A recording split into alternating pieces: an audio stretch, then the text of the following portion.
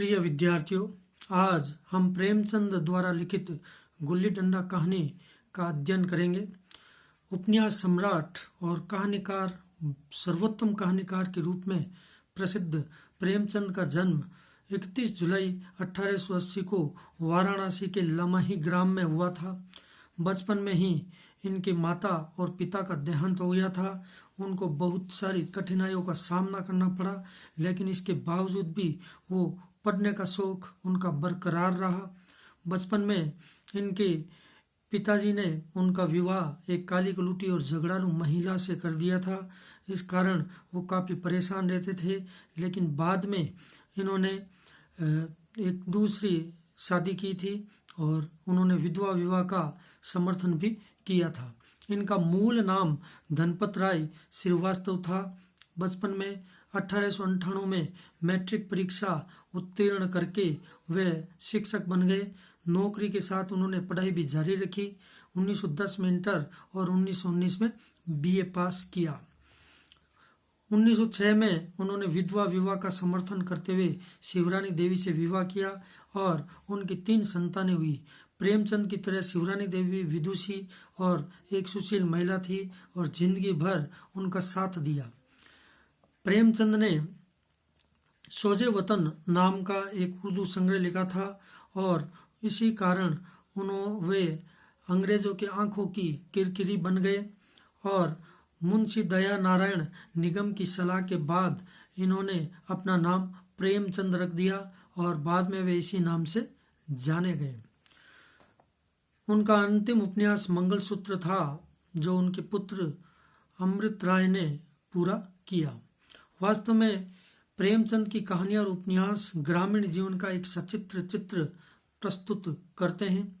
एक बड़े विद्वान ने लिखा है कि अगर आप 1919 से 1936 तक के भारतीय स्वतंत्रता आंदोलन को जानना चाहते हो तो आपको प्रेमचंद के उपन्यासों का अध्ययन करना चाहिए और उसमें आपको वो सब मिल जाएगा जो आप उस समय के भारत को जानना चाहते हैं।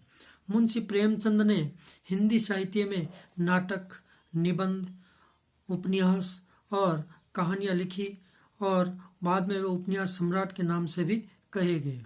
बंगाली के प्रसिद्ध साहित्यकार शरत चंद्र ने इन्हें उपन्यास सम्राट की उपाधि से विभूषित किया। इनके जो रचना है उसके बारे में हम देखते हैं। इन्होंने नाटक लिखा था एक संग्राम 1922 में और करबला 1928 में। निबंध और जो लेख जो थे वो अलग अलग पत्रिकाओं में छपते रहे। प्रेमचंद के निबंधों का संकलन प्रेमचंद विविध प्रसंग है, जिसके 3 भाग है। प्रेमचंद कुछ विचार नाम की पुस्तकों में मिलता है। इनमें से कुछ प्रमुख निबंध साहित्य का उद्देश्य जो बहुत ही प्रसिद्ध निबंध कहलाता है। हिंदी उर्दू की एकता, महाजनी सभ्यता, उपन्यास, जीवन में साहित्य का स्थान आदि माने जाते हैं।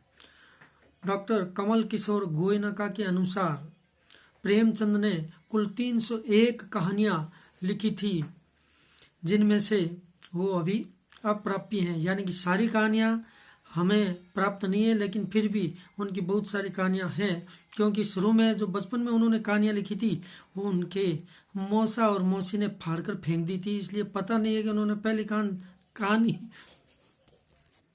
प्रेमचंद की पहली कहानी को कुछ लोग पंच परमेश्वर मानते हैं, जबकि कुछ संसार का अनमोल रत्न मानते हैं, लेकिन जहाँ तक मैं मानता हूँ ये संसार की अनमोल रत्न कहानी पहली कहानी मानी जाती है। इसके अलावा इनके 9 कहानी संग्रह प्रकाशित हुए थे, सप्त सरोज, नवनिधि, प्रेम पचीसी, प्रेम प्रतिमा आदि। लेकिन प्रेमचंद की मृत्यु के बाद भी में उनकी सारी कहानियों को मानसरोवर नाम के 8 खंडों में प्रकाशित किया गया। कफन उनकी अंतिम कहानी मानी जाती है, जो 1936 में लिखी गई थी। इनकी कहानी को 3 शीर्षक में बांट सकते हैं: आदर्शवादी, यथार्थवादी और आदर्शोन्मुख यथार्थवादी, यानी 3 प्रकार में इनको बांट सकते हैं। और अलग अलग पत्रिकाओं में अलग अलग इनकी कहानियां प्रकाशित हुई थी।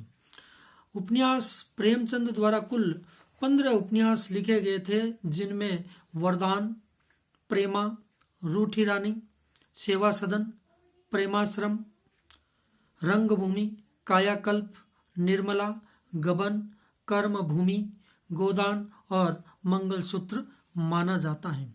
ये इनकी प्रमुख कहानियां हैं।